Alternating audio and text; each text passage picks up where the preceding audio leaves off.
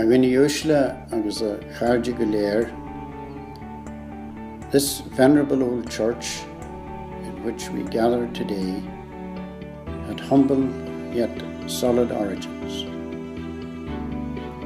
It replaced the hallowed Mass Rock at the foot of the Buck Brae, known locally as Lag Mahaltara. The penal laws, or as they were known in Irish as the Pean Dlíthe, were a series of statutory enactments by the English Parliament in an attempt to force Irish Catholics and dissenters, mainly Presbyterians, to accept and practice the reformed, state-established Anglican denomination. These laws were severe and prohibitive by nature and were enforced for almost a century in varying degrees of severity. However, by 1792, they had been less restrictive and somewhat relaxed. Circa 1780, Reverend John McElwee was appointed parish priest of Killygarvan and Tullyfern, and it was under his guidance that this church was built. It was customary to build the church adjacent to the Mass Rock where possible. He had to acquire a suitable site. The landlord for the Rathmullen area was a Mr. Knox, and he offered a site at Glen Cross, but this was considered too far away from Oughterlin, so an alternative site had to be sought. The landlord for the Oughterlin area was Reverend William Mortimer from Ballynahinch, County Down. And when he was approached, he provided the present site in the townland of Legland, which lies between two brooks or two streams. It was given on perpetual lease at an annual rent of 3.5 crowns or 7 shillings and 6 in old money per annum.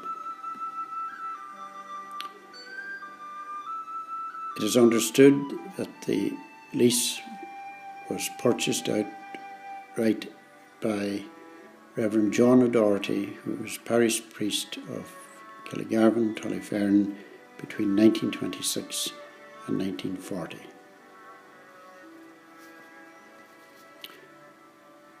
The stones used in the construction of this church were quarried on the hill just above the church, and they were passed on by hand in a continuous line from person to person to the present site, to ensure that the builders were fully supplied at all times.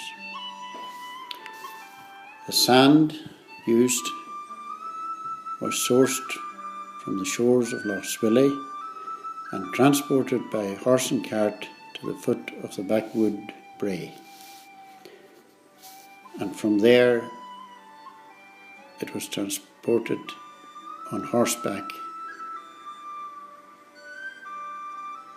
because of the steep nature of the brae.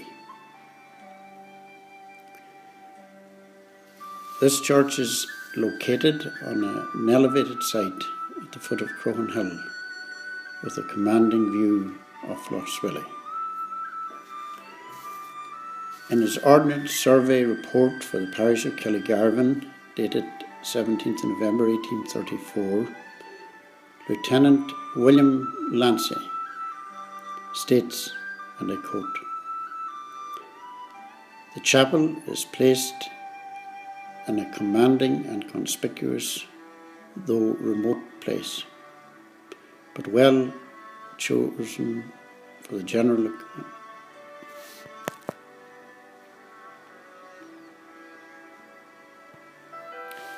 The dedication of St. Catherine's ushered in a new and important period in the ecclesiastical history not only of Oughterlin but of the parish of Killygarvan and Tullyfern.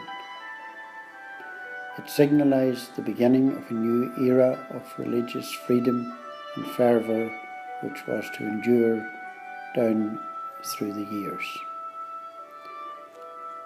The first major renovations to the church were carried out by Father Alphonsus Mullen, who was curate in Glenvar in 1927, and included the provision of a new ceiling. The church was designed to incorporate a gallery, but as you can see, this never materialised. By the late 60s, early 70s, this church fell into a state of disrepair and was used only for Sunday Masses. All other services were held in either Rathmullen or Glenvar.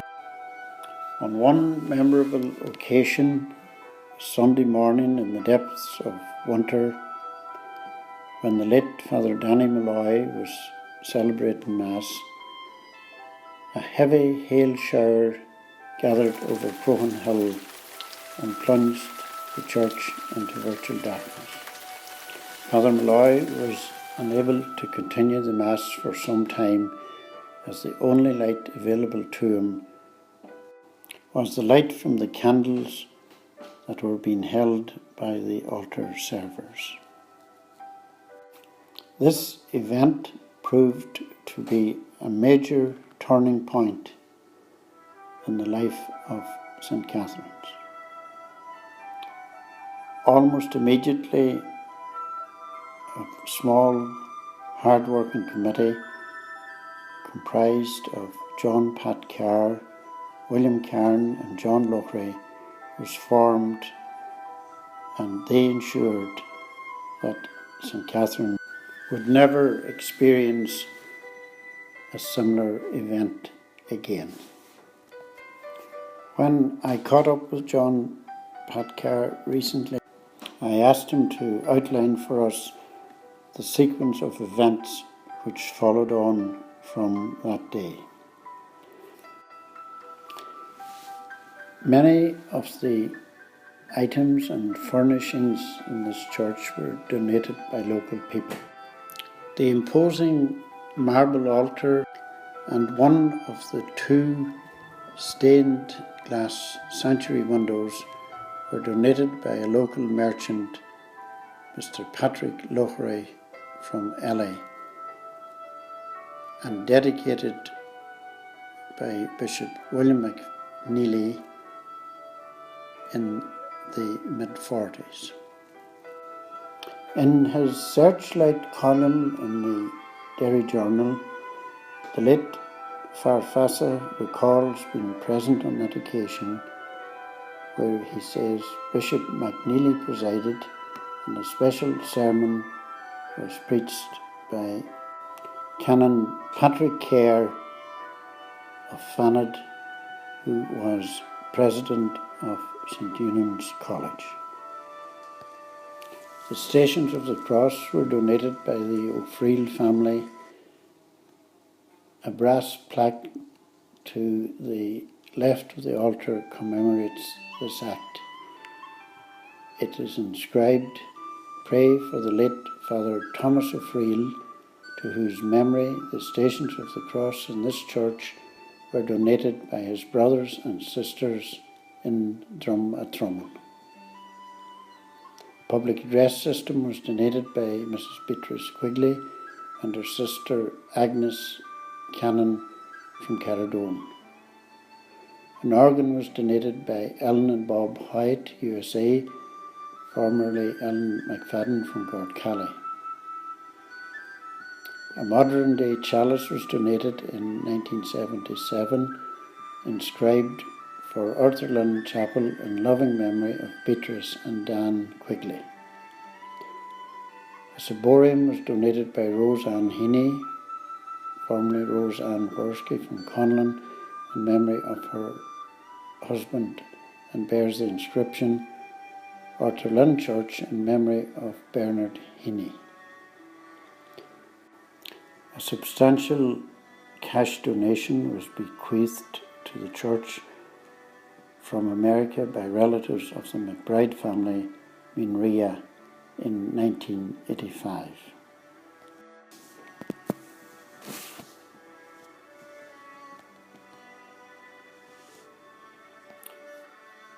The beautiful rendition of the Massrock in the Glen, which we've just heard,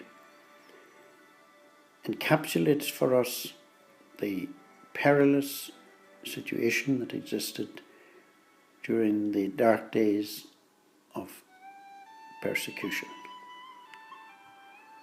The penal laws were severely enforced, and this diocese was without a Catholic bishop from 1661 to 1725. A compulsory registration of priests was held in Raphoe in 1704. However, no popish priest was present from the parish of Killigarvan. During that time, the parish was being served by clergy from the parish of Fawn across Lochswilly. Reverend Thomas Caulfield was the priest in charge of Killigarvan. In the year 1725, Reverend James Gallagher was consecrated Bishop of Raphoe in a secret ceremony. And in 1730, he removed Father Thomas Caulfield and stripped him of his faculties. Despite his dismissal, Caulfield continued in his ministry and had a substantial following. He was conscious that church discipline could not be enforced because of the penal laws. The parish was divided, and Caulfield also enjoyed the support of many Protestant people because they saw his dismissal as being unfair. Father Peter Hegarty, a native of Kilmacrennan parish, was appointed to replace Caulfield. It would appear that Bishop Gallagher continued to reside in the general area disguised as a gentleman farmer. On Sunday the 1st of March 1734, the bishop decided to hold a confirmation ceremony in the parish. The precise location of the ceremony is difficult to pinpoint. Local tradition would indicate that it was held at Lag na Haltara, the Massrock, while the church in Killigarvan graveyard was also mentioned. During the ceremony, Bishop Gallagher delivered a long sermon, totally in Irish, relating to the sacrament of penance, but made no mention of the Father Caulfield situation. Bishop Gallagher stayed with Father Hegarty that night. Concerned for his safety, the bishop left in the early hours of the morning, heading towards Rathmullen. Soon afterwards, the soldiers came down the hill from the road leading from Kerrykeele and surrounded the house, demanded the bishop. When they discovered he was not there and his whereabouts unknown, they took the parish priest, Father Peter Hegarty, bound him hand and foot, and brought him up through Oughterlin Hill, en route to Milford. On the way, the soldiers were attacked by a group of what was described as stone-throwing papists. A melee ensued, and Father Hegarty was shot dead by the soldiers, and his body thrown into Loch Columkill. He retrieved from the loch, and he was given a proper burial.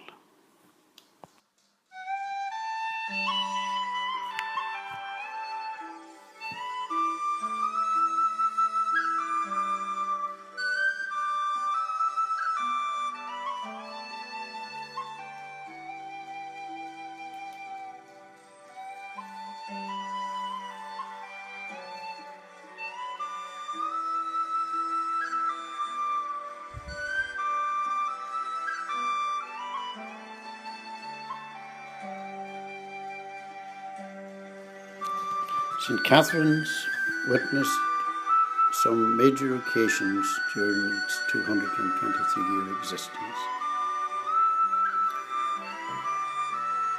At an historic landmark in our national history, Easter Sunday, 3rd of April 1916, the church was crowded to welcome Bishop Patrick O'Donnell for a confirmation ceremony. Bishop O'Donnell later became Archbishop of Armagh and Cardinal Primate of all Ireland. The next time confirmations were to be held in this church was May 1982, when the newly appointed Bishop, Seamus Hegarty, bridged the gap of 66 years. On that occasion, he warmly congratulated the people of Oughterlin on how well their church was kept, saying it was a great credit to them. He said, and I quote, "I am absolutely delighted to see this beautiful church and its picturesque setting. It is everything a church would want. It says a great deal for the hard work done by this community, and it shows that the faith among you is as strong as the rocks that surround you."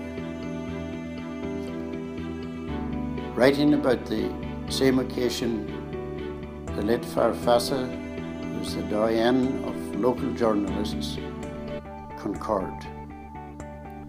He said, "I have been in most churches in Donegal, and as those in rural areas go, Oughterlin is, to my mind, the loveliest of them all. Not a thing missing, and tidiness a top priority." Present at the 1982 confirmations were 3 ladies who were confirmed here in 1916. They were Mrs. O'Donnell from Milford, Mrs. McCollum from Drumhalla, and Mrs. Toomey from Rathmullen, and they were accorded a special welcome by Bishop Hegarty. The next major event which took place in the church was the ordination of a local man, Neil Lowry. Father Neil was ordained by Bishop Seamus Hegarty for service with the White Father Order. In the grounds of St. Catherine's there is a single solitary grave. No headstone marks the last resting place of Father Thomas Sheridan at his own request. Father Thomas was one of three brothers of a famous local family from Drumhalla to be raised to priesthood. Father John ministered in St. Louis in America, while Father William was one time administrator of the Cathedral Parish of Conwell and Leck. Father William is buried in the grounds of St. Eunan's Cathedral, and a large Celtic cross marks his grave. Persistent tradition in Oughterlin is that a memorial headstone was erected in memory of Father Thomas by his brother Father John, and it fell 3 times, and on the last occasion the headstone split in 2. The stone was then taken to the ancestral home in Drumhalla. A great deal for the hard work done by this community, and it shows that the faith among you is as strong as the rocks that surround you. Across the centuries and down through the years, St. Catherine's has served the people of this area very well. Its stout walls have protected them from the elements while resounding to the prayers and preaching of priests and prelates. This church witnessed many changes in the social, economic and religious life of the people. Changes brought about by wars, famine, emigration, poverty, affluence, and by the ravages of time itself. In 1792, the people of Oughterlin took a brave and courageous step in building their first church. Given the situation which prevailed at the time, and in spite of the dangers and difficulties, they saw it as their duty to hand on the faith and were prepared to die for its preservation. In order to fully appreciate the significance of this historic church, it is important for us to understand our past, to preserve it with pride, and to see it as a prologue to the future. Today, without yesterday, is a story without a beginning. This brief account is not intended to be a definitive or exhaustive history of the life of the Church of Oughterlin. Rather, it is intended to point to those significant events which, in times of joy and in times of sorrow, have culminated to make this memorable day possible. Go raibh míle maith agaibh go léir.